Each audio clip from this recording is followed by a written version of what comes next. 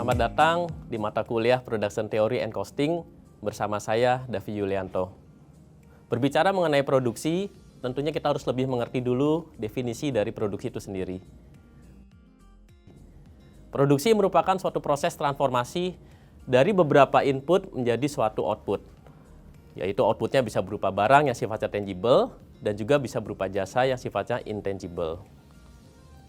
Dalam teori ekonomi itu sendiri, kita tahu bahwa produsen yang berada dalam pasar persaingan sempurna perlu mencapai keuntungan atau profit yang semaksimal mungkin. Oleh karena itu, produsen tentunya harus mengambil suatu keputusan, yaitu berapa banyak output yang harus diproduksi dan berapa banyak input yang harus digunakan.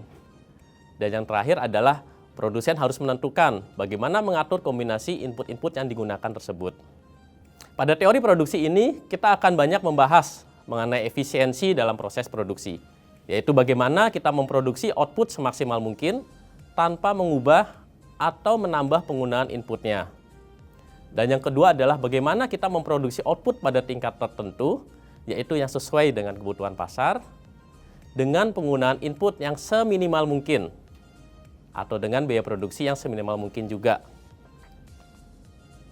Teori produksi ini merupakan bagian dari teori penawaran atau yang disebut juga dengan supply theory, sehingga merupakan salah satu konsep dalam menentukan harga produk. Jadi, keputusan dalam produksi merupakan bagian penting dalam pengambilan keputusan manajerial. Untuk itu, pada mata kuliah Production Theory and Costing ini, kita akan bahas dalam 3 section utama. Yang pertama adalah konsep dari teori dan fungsi produksi itu. Yang kedua adalah analisa dari biaya produksi serta optimalisasinya. Dan yang terakhir kita akan mempelajari bagaimana memperhitungkan harga produk dan melakukan penyusunan anggaran.